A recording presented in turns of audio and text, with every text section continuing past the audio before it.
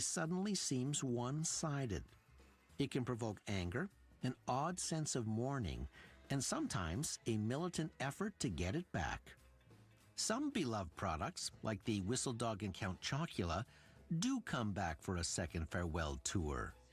Others are best sent to that big fry box in the sky when you're under the influence. I'm Terry O'Reilly.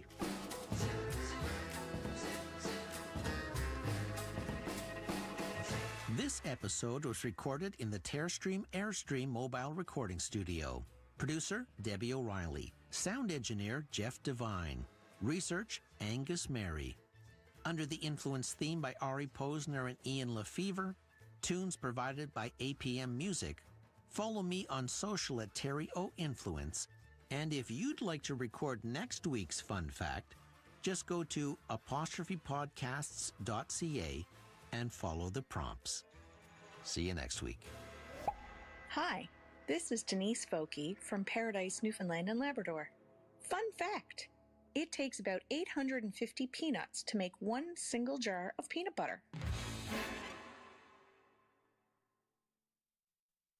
This is CBC Radio 1, 990 AM, 89.3 FM in Winnipeg. My name is John Cullen, and I want to tell you a story. It's a story about a scandal, broken relationships, gossip, rumors, money, corporate rivalry, and curling. It's the story of Broomgate, how a single broom, yes, a broom, turned friends into foes and almost killed the 500-year-old sport of curling. It was a year I'd like to forget. Broomgate, available now wherever you get your podcasts. You know the feeling of finding a really good podcast, or the feeling of someone always being there, like you're...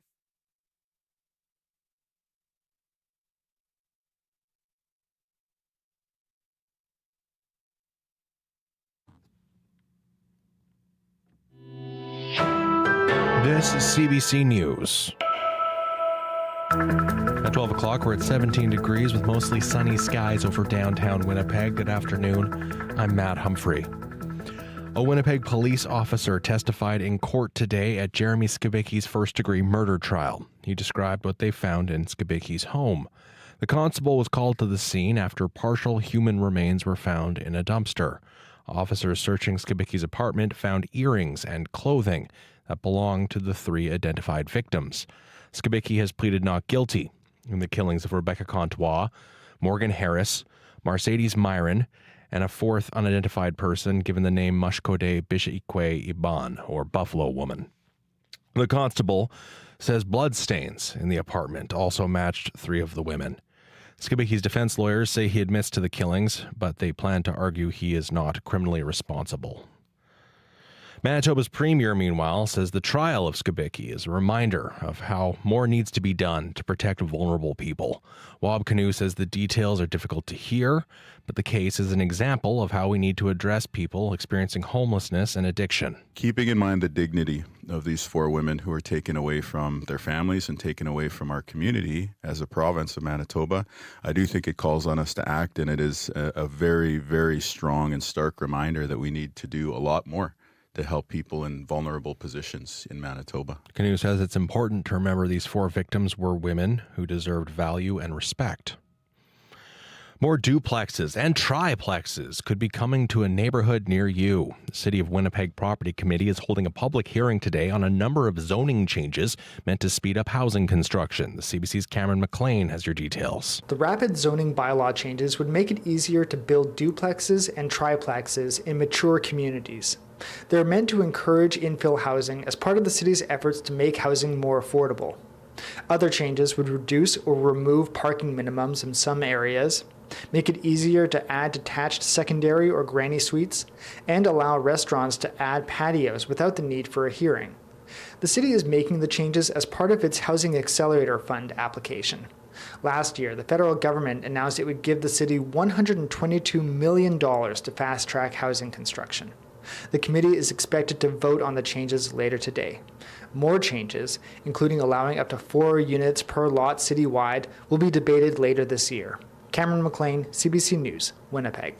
And Winnipeg's other season is getting underway, construction season. The Safe Roads campaign is officially launched, reminding drivers to slow down and be extra careful as construction brings more workers to Manitoba's roads and highways. This year's theme, they're not in your way, they're at work. Chris Lawrence at the Manitoba Heavy Construction Association says it only takes one driver to turn a construction site into a danger zone.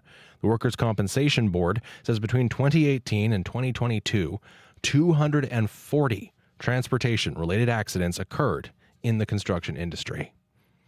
The Bank of Canada says renters are bearing the brunt of the past 2 years of interest rate bumps, while mortgage holders have shown greater flexibility. The central bank released its financial stability review this morning.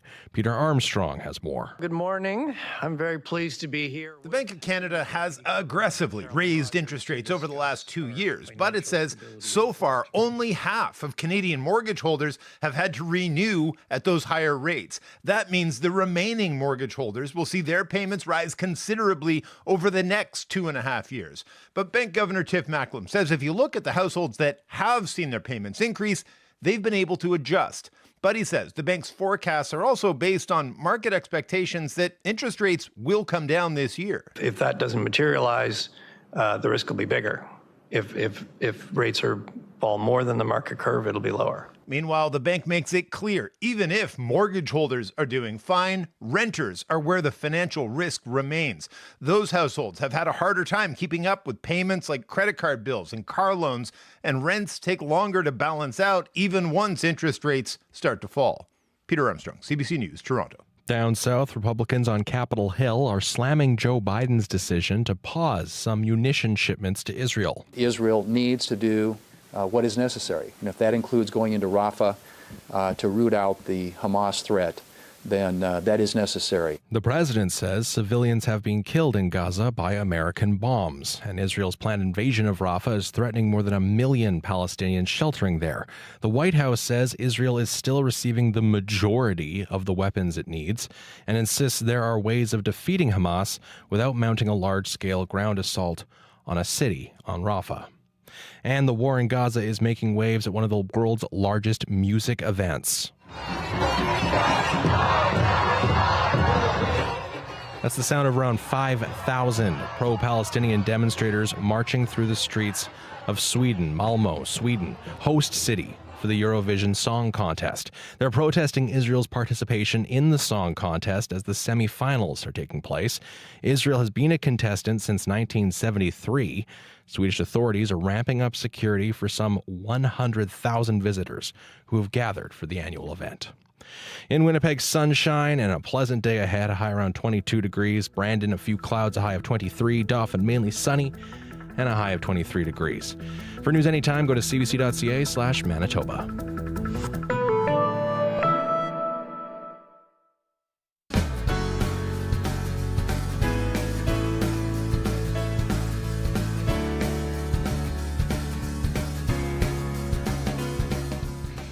Good afternoon and welcome to Radio Noon. I'm Laurie Hoogstraten, and it is Thursday, May 9th.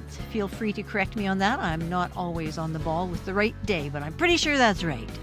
Coming up on Radio Noon today, from hospitality to hospitals, how a Dauphin nurse switched careers and became a trailbreaker. And Winnipeg has their first bicycle mayor. Coming up, we'll talk to her about what a bike mayor can do for cyclists, and we want your input. What do you think the new bike mayor should be doing? First up, though, on the show, Brandon blitzes its pothole problem. They're going all over the city all day, 12-hour shifts from what I hear. We'll hear about that in just a minute.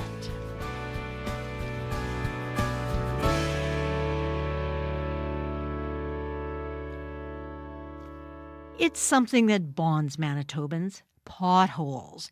If you drive, you've probably been doing everything you can to avoid them, but potholes are both deep and sneaky.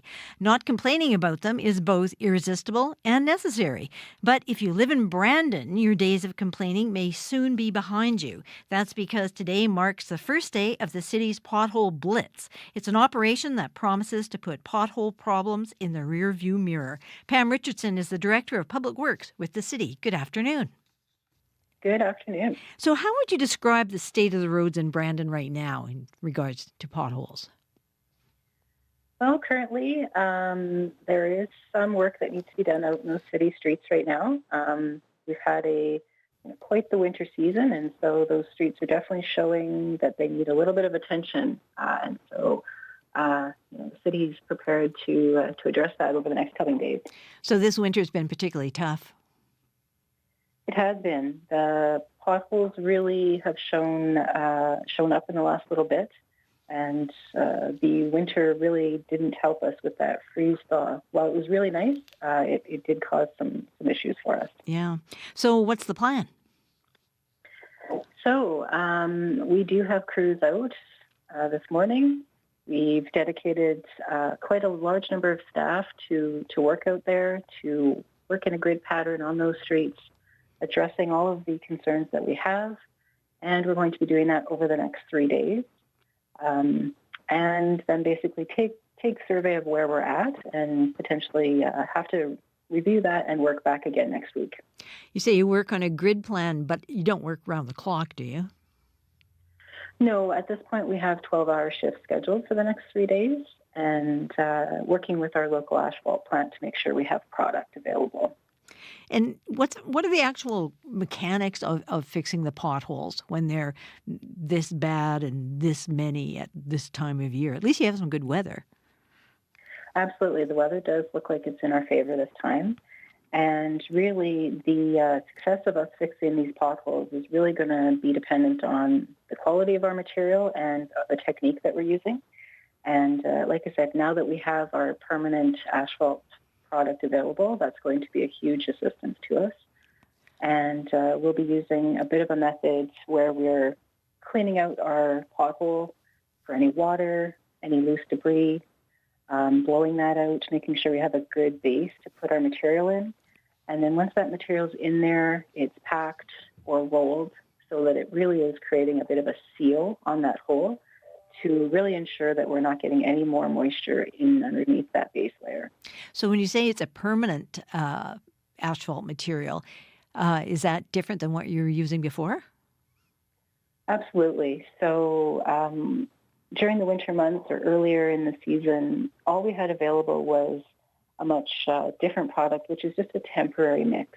It doesn't bind as well to the hole. Again, it's colder, so the weather, it doesn't want to seal.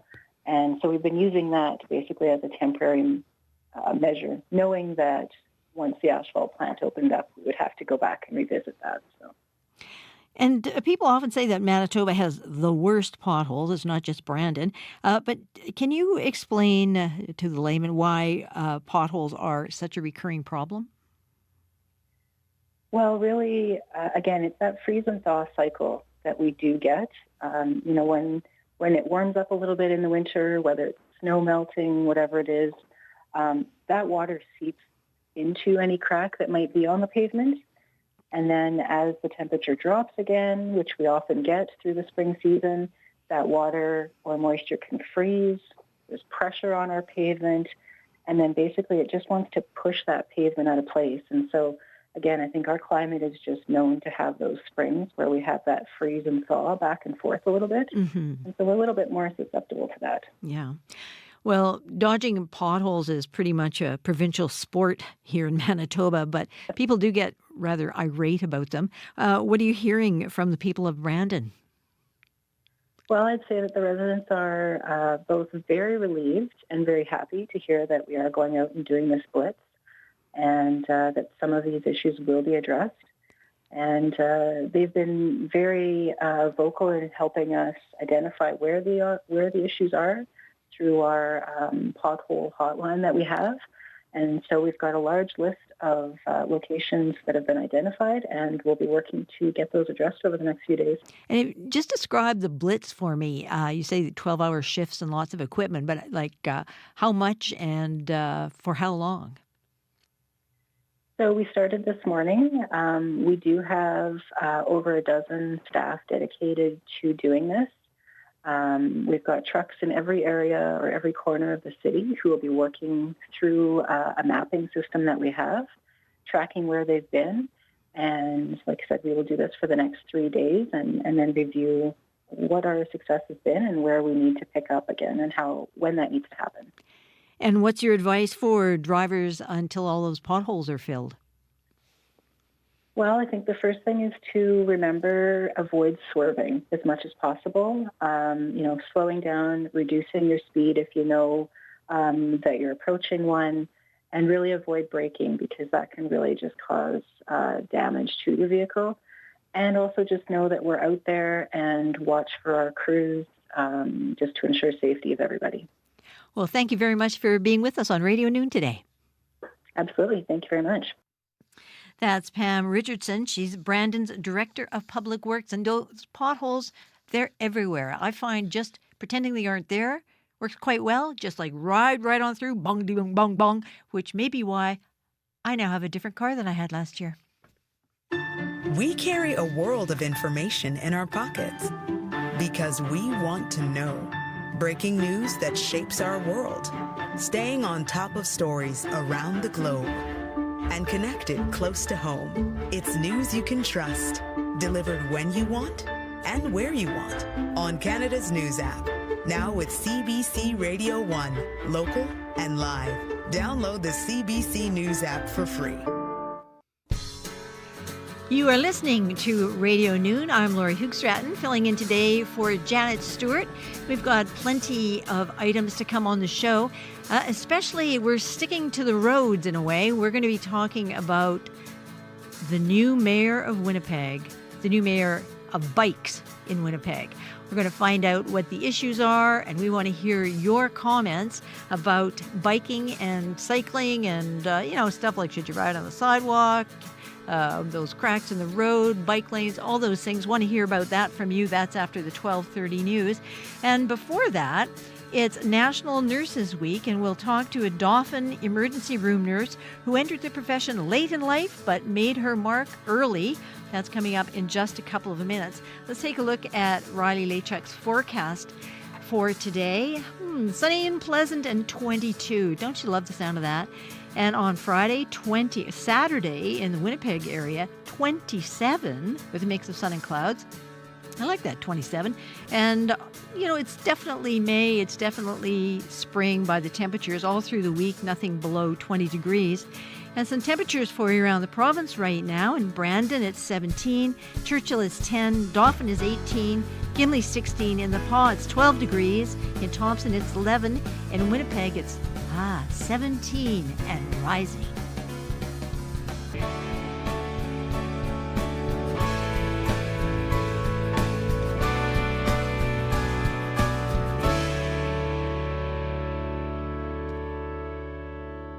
It's just coming up to 16 minutes after 12 o'clock.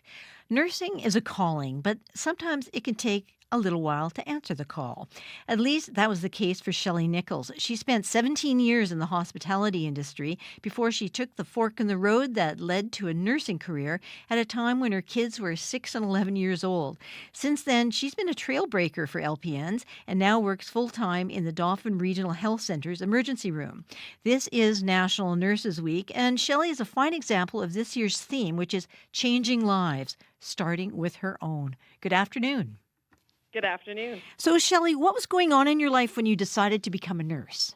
I had been working in a hospitality industry in local Ononol at the Elkhorn Resort, actually, and was looking for a change. And I had thought about being a nurse when I was in high school, but just not thinking that was available to me, and I didn't go down that road at that time. So hanging out with a group of friends, and one of my close friends, Janet, she is a nurse up in Dauphin, and she's like, just do it. And I'm like, okay.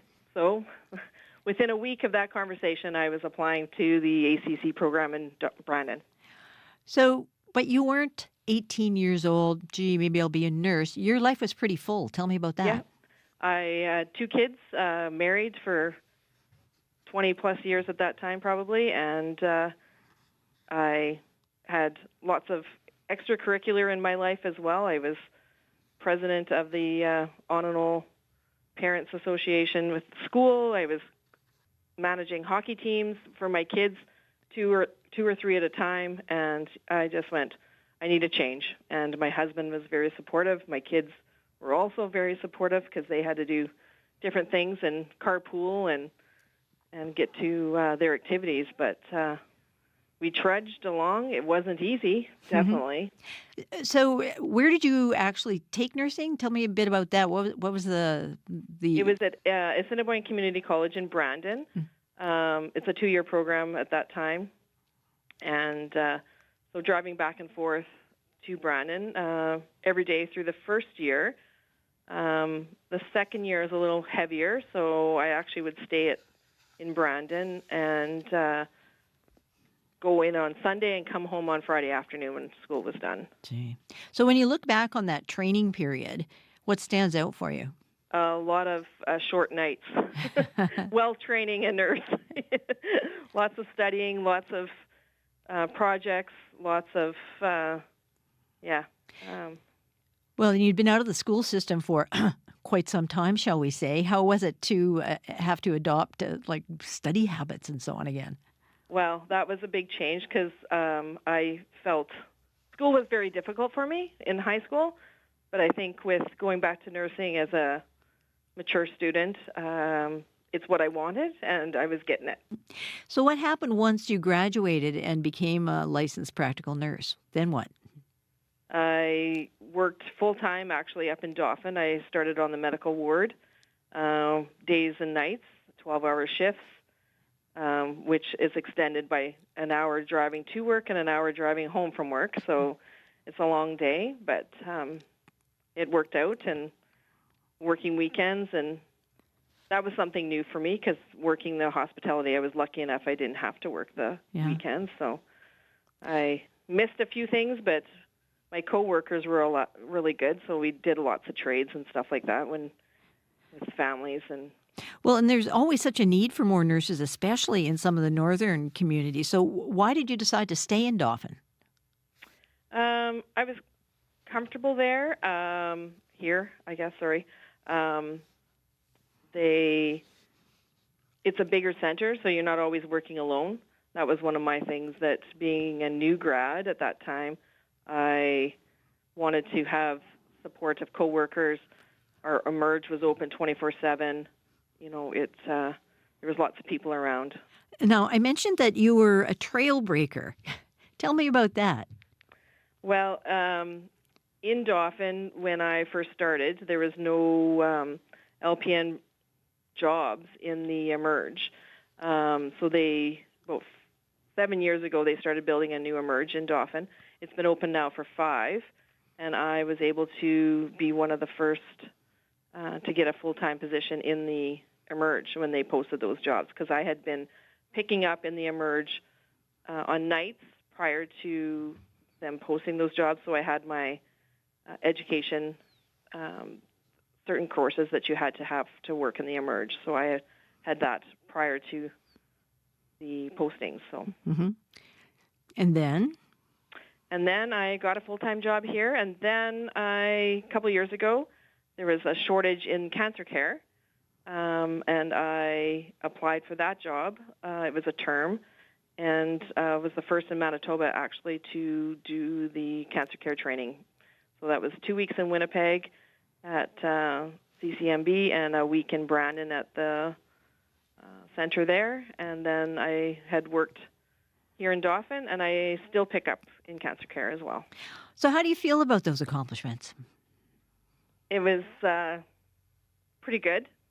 I was with a few of my coworkers yesterday, and they didn't realize that some of that had happened. They're like, "Oh, you made some changes in the world," and I'm like, "But granted, I also had to have a manager to allow that, so that was very good." So your manager was quite supportive of that.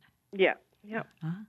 And you were nursing in Dauphin, of course, during the pandemic. What was that like? Describe that a bit for me. The pandemic was kind of out of this world. The first few weeks, though, was kind of surreal because people weren't coming to the Emerge. they were scared because they didn't want to get COVID.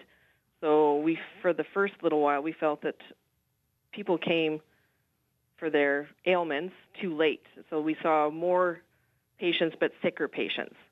And we had to get the education out there to say, you still need to come when you need to come. Chest pain or abdominal pain and things like that can be life-threatening, right? So we wanted to make sure that people were coming when they needed to come. The other thing that's the rules, right? The policies, the changes, you felt that they were changing 3 or 4 times a day or weekly. Like it was very intense. Lots of changes in the world out there, yes. Well, it's so interesting to me that you were interested in nursing at one time, but thought, no, maybe I couldn't cut it. Maybe I shouldn't do it. And then you went through all this work and you did this. You've worked through the pandemic. You've achieved some firsts. What is it that you love about nursing? Because obviously you must love it to stay with everything as you have. Yeah. First off, it's the patients. You help them through difficult times. You help them through exciting times. It's an opportunity to, help others, I guess, is first and foremost. Giving back, I like to see the improvement in them, of their status, feeling better. Sometimes it's not overnight. Lots of times I see patients that are getting IV antibiotics and things like that on a day-to-day basis, and a couple weeks later, things have improved, no longer needing the antibiotics, those kinds of things, like the little gratifications, definitely. Well, your story is very inspiring, and I wonder if you have any advice for someone who's maybe thinking, well, maybe I should try nursing or a career that was put on the back burner at one time. What's your advice? Go for it. It's never a bad thing to change in life. Just go for it.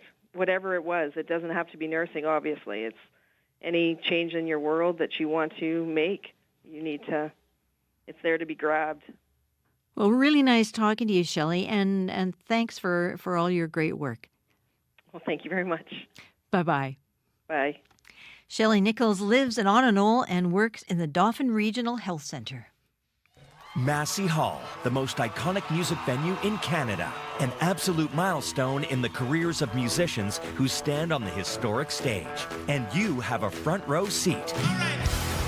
The Beaches, Charlotte Cardin, William Prince, Jeremy Dutcher, July Talk, and more. CBC Music Live at Massey Hall. Now available on CBC Gem. Thank you, Toronto! Well, that's a sort of musical thing. Let's have some music off her 2020 EP, How Else Can I Tell You? This is Kaylee Thomas with Two Minds.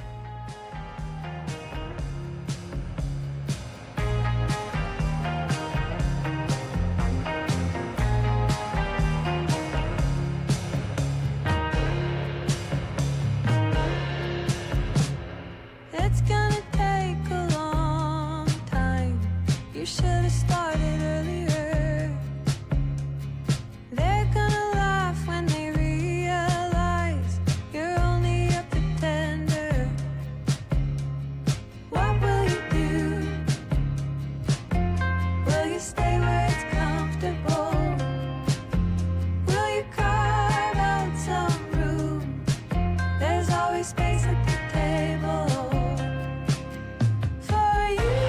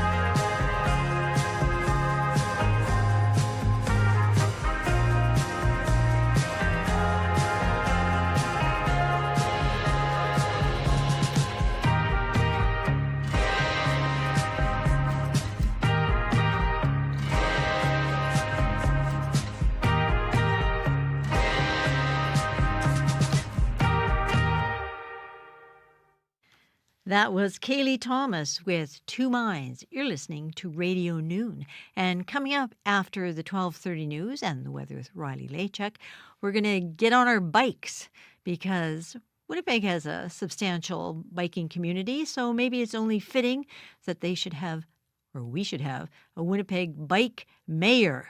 So Winnipeg actually does now have a new bike mayor, and I will be speaking with her, and I hope you will be speaking with her too after the 12:30 news to talk about all things cycling. How it's done, where it's done, what could be better, what are the best ideas about cycling, where is it done better. We want your comments and input on our call-in, 780-0893. Call now. This is Radio Noon. The news is next. This is CBC News. At 12:30, we're at 18 degrees with mostly clear skies over downtown Winnipeg. Good afternoon. I'm Matt Humphrey. Manitoba Premier Wab Kinew is reacting to testimony heard in the trial of a man who admits to killing 4 women. The trial of Jeremy Skibicki is hearing how he met the women at shelters in the city and then took them to his apartment where he killed them. His lawyers argue he is not criminally responsible because of a mental disorder. Kinew says it's important to respect the humanity of the victims and their inherent value. If we think about what the dignity of these women means to us, I do think that it means in other areas, such as how we respond to vulnerable people in our society, such as how we respond to homelessness, addictions, the ongoing social challenges that we face in our province. Kinew says the case is a stark reminder of how more needs to be done to help and protect vulnerable people in the province.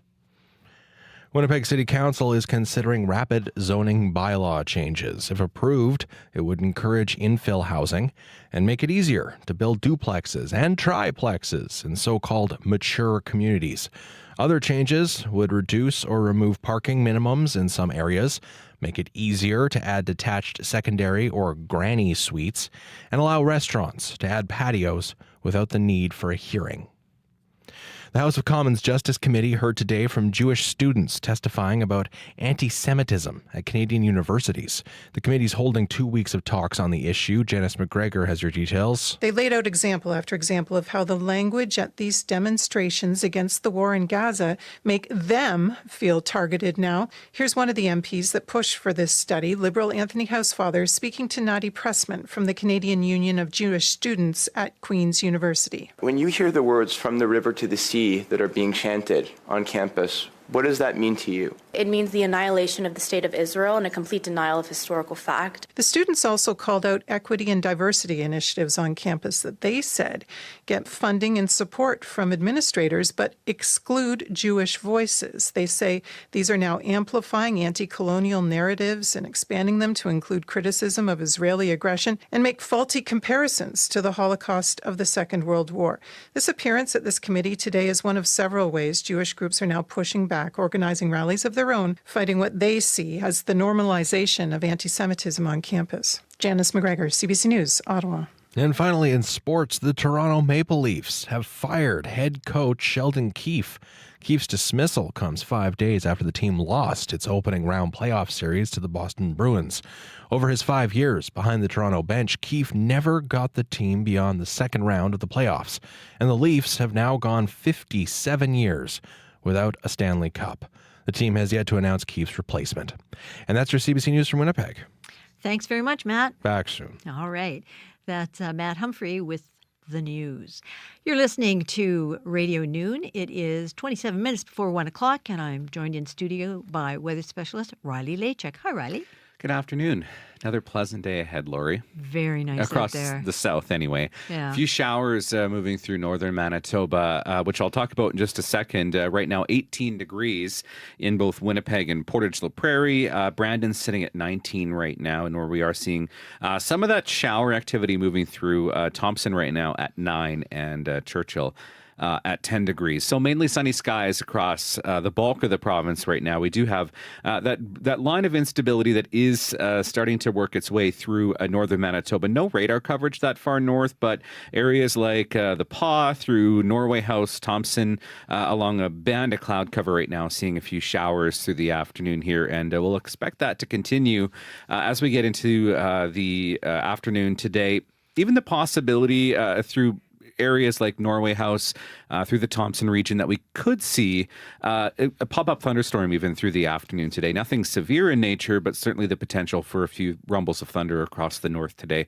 The south remaining mainly sunny through the day. We're looking at a mainly clear night tonight with a few clouds overnight tonight, and we're looking at a sunny start to Friday once again. A few lingering showers through the Island Lake and God's Lake region in northeastern Manitoba, but by and large, we're looking at a mainly sunny day as we get through the day Friday and into Saturday for most of us, at least here in southern Manitoba, with maybe a few clouds moving in for Saturday, but really nothing to write home about.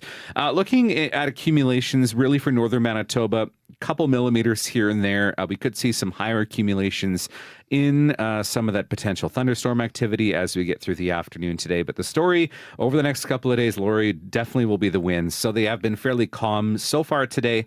But as we get into the day on Friday, winds will start to pick up here in the south again. Northwest 20, gusting to 40. Could see some gusts up to 50 again through Friday and Saturday. So yeah, we're dealing with the wind, but we'll have warm temperatures coming back as we get through the next couple of days, which I will talk about in just a second. So looking at 22-degree highs today for most of southern Manitoba, 23 to the Brandon region. Possibility, like I mentioned, of a couple rumbles of thunder through northern Manitoba, and then temperatures up once again. 20 for Friday in Winnipeg. Slim chance could see a late day thunderstorm through Saturday with a high of 27 degrees. Yeah. And then I've got 20 for Sunday and 17s and 18s for Monday, Tuesday. That sounds kind of okay, right? Kind of okay, and much more spring-like. Much more spring. If you could tone down the winds just a little. I'll try. Okay. Get on that. Thank you very much, No Riley. problem. That's Riley Lachuk, and you can hear him this afternoon on Up to Speed with Faith Fundal. And, of course, you can see him on TV at 6 o'clock on the CBC News at 6. You're listening to Radio Noon. I'm Laurie Hoogstraten. Almost forgot who I was because I'm looking across the table at Her Excellency. No, Her Worship. Her Worship. Pardon me. Yeah, this is, I'm talking to Winnipeg's new bicycle mayor. This is Patty Weens that I'm talking to. And she is our first bicycle mayor in Winnipeg. The bicycle mayor job was created in Amsterdam to have someone representing bicycling communities. And Patty Weens joins over 120 other bike mayors in different cities across the globe. But what does it mean to be the bike mayor in Winnipeg? And how can the bike mayor support cyclists and improve conditions for biking? We want to hear from you as well as from Patty. What do you want to see done to make Manitoba more bike-friendly? Get in on the conversation right now. Call us at 204-780-0893. Toll free 1-800-268-5483. And Her Worship Mayor Patty joins us in studio. Hi, Patty. Hi, Lauren. How are you? Fine, thanks. How are you? Excellent, thank you. Good. So how was the bike ride in today? You know, today was nice. The winds were a little bit quieter, but I do have an e-bike, so I really can't complain about the winds. Let me tell you, people that say we don't need e-bikes in Manitoba have never ridden a bike on a windy day. It's the wind, absolutely. Nice and flat with, 90K gale in your face. Absolutely. Exactly. So tell me, why did you want to be the bike mayor? My go-to answer is I wanted to make sure that it was a woman that took the job. Oh, just because it's easier to get on the bike or what? No, because I wanted to represent as much of our diversity as possible, right? Mm-hmm. On a bicycle, I wanted to make sure to represent women, children, and men, and anyone that rides a bicycle. So I wanted to be Winnipeg's first. Mm-hmm. And also, I am from Brazil, and I ride my bike in winter. I think that is a really unique quality that I have. Mm-hmm. Mm-hmm. Especially for someone from Brazil. Right, exactly. Yes. And I wanted to be able to say, look, I have overcome this at 50, mm-hmm. right? I'd love to help you overcome this as well and make riding your bike to work or to get groceries or anything like that, a commonplace thing. And how does one become the bike mayor? What's the process? Right. So bikes.org, BYCS.org is the organization that's Amsterdam based, and it's worldwide now. But it's a global network where you apply, you send in an application and 3 referral letters, and hope that they accept your proposal to become a bicycle mayor. You have to indicate at least 2 goals that you have during your 2-year mandate. And that's what I did. So what are your goals? Well, number 1, it's to elevate the perception of the person who rides their bike for transportation. I don't like to say cyclist because there's this connotation that you have to, be on a speed bike and wear Lycra. And a person, to me, a person who rides a bike every day doesn't have to look like that, right? So that's number 1, is to elevate the perception, to make it a normal thing to ride a bike to work or get groceries, like I said. And number 2, to help in advocacy, which is something I was already doing before. I'm on the board of Bike Winnipeg, and advocacy is what we do to, present better options for bike lanes, safer bike infrastructure, and all that. Well, those are admirable goals, and we're hoping to get the community to comment, and maybe they have some suggestions for you. Give us a call and talk to our new bike mayor. It's 204-780-0893, and we have someone on the line right now. Hello. Hi. How's it going? How's it going with you? Pretty good. Are you on your bike? No, I'm actually sitting at my desk. All right. Well, Cliff, what did you want to say? Well, I was curious for Patty and her advocacy. So I live in the North End. And I would love to bike to work, but I would have to deal with that McPhillips underpass. So for someone that's in an area of the city that's not got the best protected bike lanes or bike lanes at all, like what's the best advice? Is it scooting over onto the sidewalk? Is it battling our Winnipeg drivers? Like, what would be the best way? Hi, Patty. I love you. Hi, Cliff. Is this a setup? I've known Cliff a very long time. Yeah. And what's the answer? And more for the North Enders, right? We don't have as many bike lanes as traditionally in some of the south or downtown areas. So for me, getting around is really going to be on roads or sidewalks. Right. So Cliff, we would love to have you join Bike Winnipeg and have your voice heard, because we don't have a lot of representation on our board from people in the North End who want to ride their bikes to work, but we are advocating for better bike infrastructure. It's part of what we do as Bike Winnipeg, and like I said, I'm on the board. But one thing you can do is come out on a group ride one time, because we do find alternate routes around the city as a group. Reach out to me. I would love to have you come out, and we're going to teach you some ways to get around those things. And yes, sometimes sidewalks are necessary, unfortunately, in our city, even though it's not legal. It is the safest option. We definitely don't want you to have to deal with drivers if you're not comfortable with that. I do that all the time, but if you're not comfortable, definitely take the sidewalk or come join us on a group ride. We'd love to have you. There you go, Cliff. The solution is there. Boy, yeah, that McPhillips underpass, I can't even imagine riding a bike through it. So there must be a way around. Lanes. Yeah, it's 2 lanes north and south, and it's busy with the Arlington Street Bridge closed down. So Well, thanks. Okay. Yeah, thanks very much for your comment. And that's exactly what we want to hear from you. What's holding you back from joining the cycling community or the being transported on a bicycle community, depending on how you want to phrase it?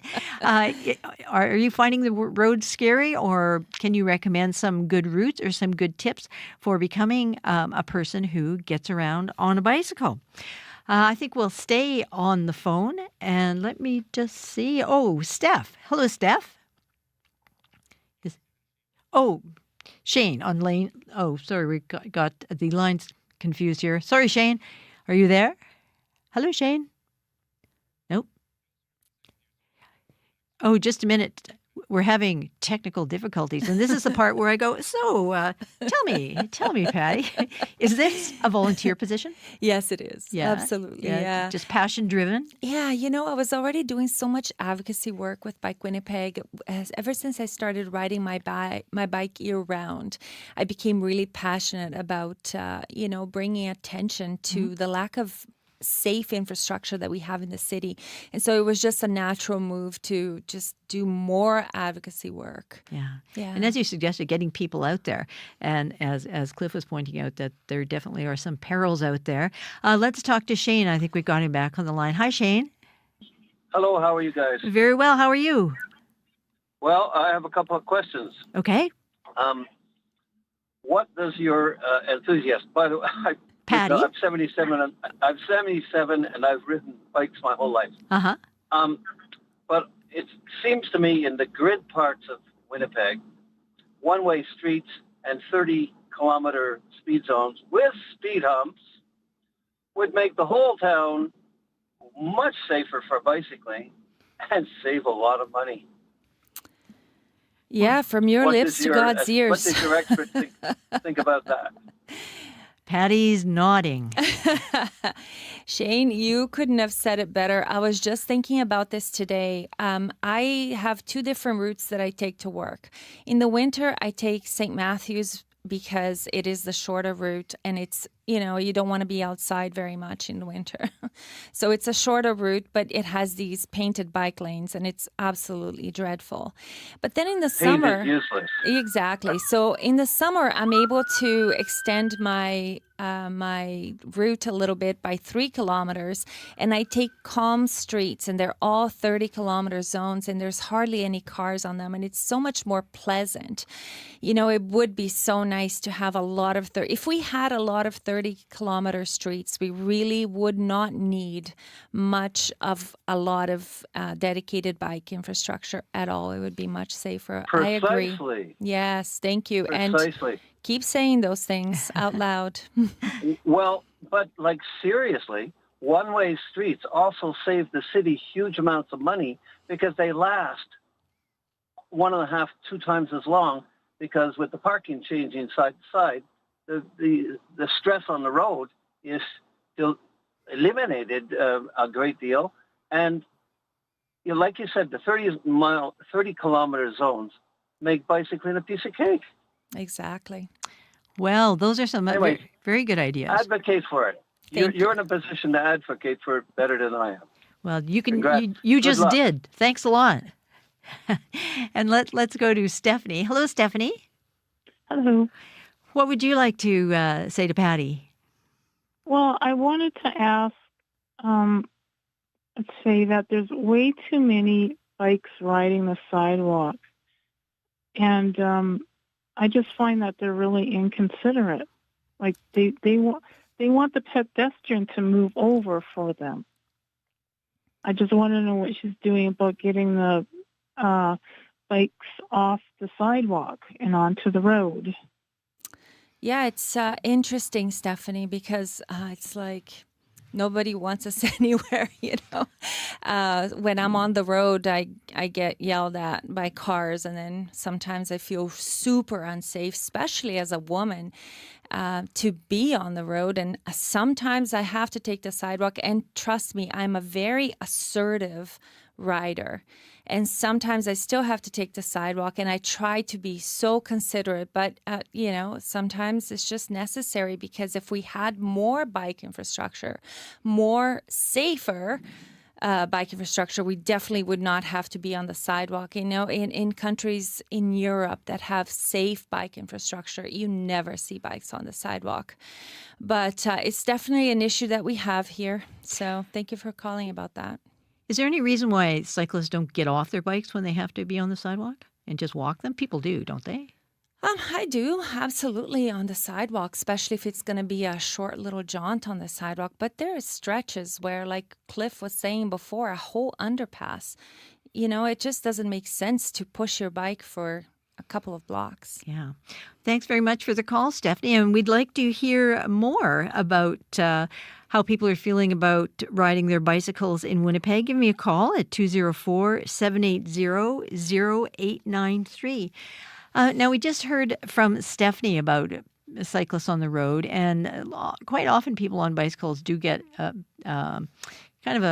there's a lot of criticism one way and another, mostly from motorists, of course. But then a lot of people who ride bicycles also drive cars. But do you think that they kind of get a bad rap? Is there a bit of a stigma around the bicycling community that they're all, riding on the sidewalks and scofflaws and so on? Yeah, there is a lot of that. Lauren, I get a lot of this. Cyclists are always running the stop signs, right? So I started recording my rides, and I have a camera on me all the time. And the amount of cars that never even look at four-way stop signs and just blow right through them is insane.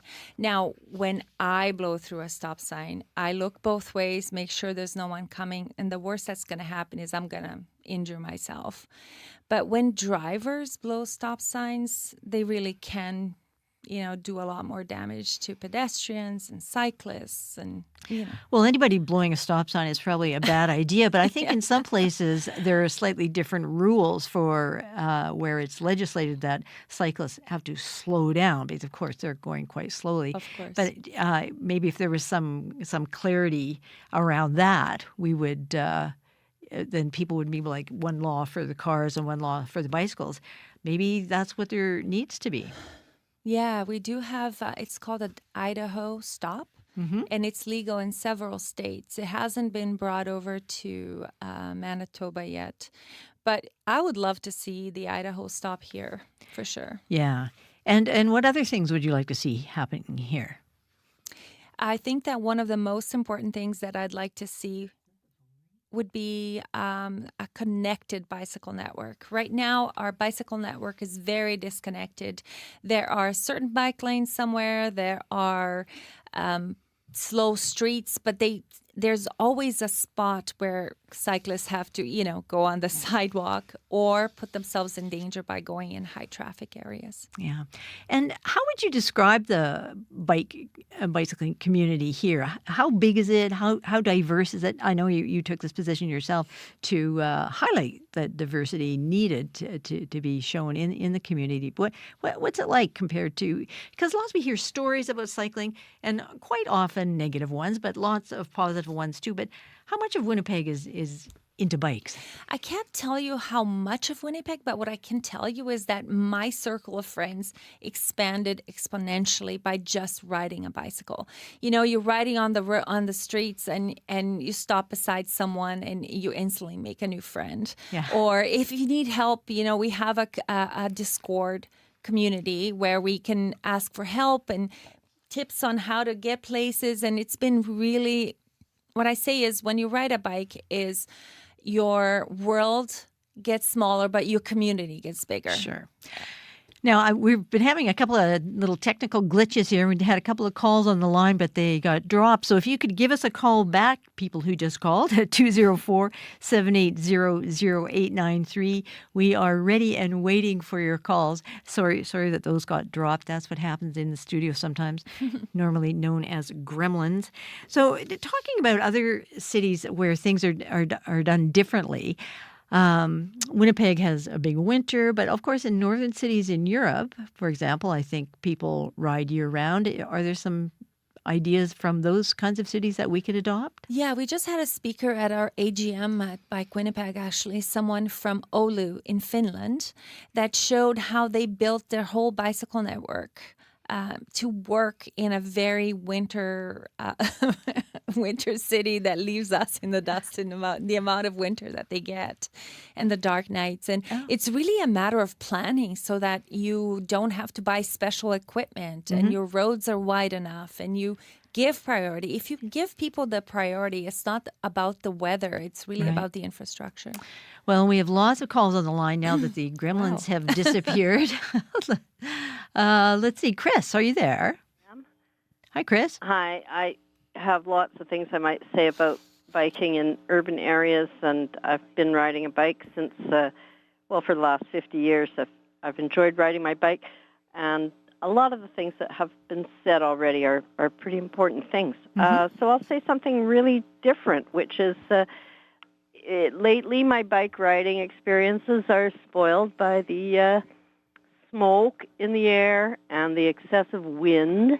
And there's absolutely nothing the bike mayor or any of us are going to be able to do about that, unless, I guess, people get behind the climate change fight, too. So let's fight for climate change purposes and see if we can do anything about the smoke in the air and the excessive winds, because climate has changed and biking has changed thereby. Well, that definitely affects the biking experience. Thanks very much for your call, Chris. Thank you. Bye-bye. And Kathleen, I understand you have a safety tip for us. Oh, not a safety tip. Oh. I want to know how to stay safe because... Me too. Yeah. My youngest daughter would ride around, and she stopped because she's a heavy girl and got all sorts of insults thrown at her. So it's definitely not part of the culture that people who are not, I guess that's, place where they're, slim and fit and all the rest of it. And the oldest, who's an avid bike rider, had a stick thrown through her front tire, hit the spokes, and of course she went head over heels, and it could have been really dangerous. And I gave up riding my bike because it kept getting stolen. There isn't enough safe places to keep your bike to actually go to the grocery store, lock up the bike, and then go home with the actual groceries. I've heard that, yeah. Yeah, so there you go. Thanks. We'll see what Patty has to say about that. Okay, thank you. Thank you. I am so sorry. Those first two stories make me sick. It's really too bad. I'm really sorry that your kids have had to deal with that. I wish I could say, tell them to keep going, but I know once you get discouraged like that, it's really hard to keep going. I do hope that you do bring them out to a group ride, maybe with Bike Winnipeg. We are a very welcoming community, and we do these safe and slow rolls where we have a large group of people riding together, and we have ride marshals that will keep you safe, and it's a really loving community. If you want to check out bikewinnipeg.ca, you'll be able to see what events we have coming up. As far as your third question about locking up, I take my bike everywhere I go. I actually don't have a car anymore, so I depend on my bike for groceries and everything. And I'm going to say it, I don't buy my locks at the Walmarts and Canadian Tires. I do spend good money on a lock at a bike shop, and I use 3 locks on my bike because if someone is going to get through 3 locks, it will take them a long time to do so. And my bike is my main means of transportation. So that's sort of what I can say right there. Keep it in a very high vis area and use at least 2 to 3 locks. Well, thanks very much, Patty. And Kathleen, I hope that you will get your kids out on one of the group rides and invest in a whole bunch of bike locks. We're going to try and squeeze in one more caller. So thanks very much for being with us. Thank you. And just to wrap things up, we have Heidi on the line. Heidi, what do you have to say to Patty? Well, I'm a pedestrian and a car driver, but I walk every day, and the number of bicycles that come up behind me and just zip by without acknowledging that I'm there is really annoying. And it would be really great if every bicycle was compulsory with a horn or a bell to let people know they're coming. Good point. And actually, I love the sound of a bicycle bell. That ching, ching, I ching, know, ching. me too. But otherwise, having them whip by you is terrifying. One of the goals that we have, that I have as bicycle mayor and in my role with Bike Winnipeg, is to, my partner and I are thinking of creating an educational video teaches people how to be courteous on the path, because really a bicycle bell is not that difficult. It's not that expensive. Just ring it a little bit before you pass a pedestrian or another cyclist. Sometimes I'm riding my bike and I have someone zoom by me. I had no idea that they were passing. Well, thank you very much, Patty. We're going to have to leave it there, Heidi. Thank you for being the last caller on this show. And thank you to the bike mayor of Winnipeg, Patty Wiens, for being with us. Join us again tomorrow for another exciting topic. Don't know what it is yet, but there will be one. Get out on your bikes today. It's a beautiful day for some cycling. As Riley was telling us, a high of 22 today. And how nice to have the mayor on at noon. They had the premier this morning. Now we've got the other mayor on Radio Noon. I'll talk to you again tomorrow. Have a pleasant Thursday. Bye-bye.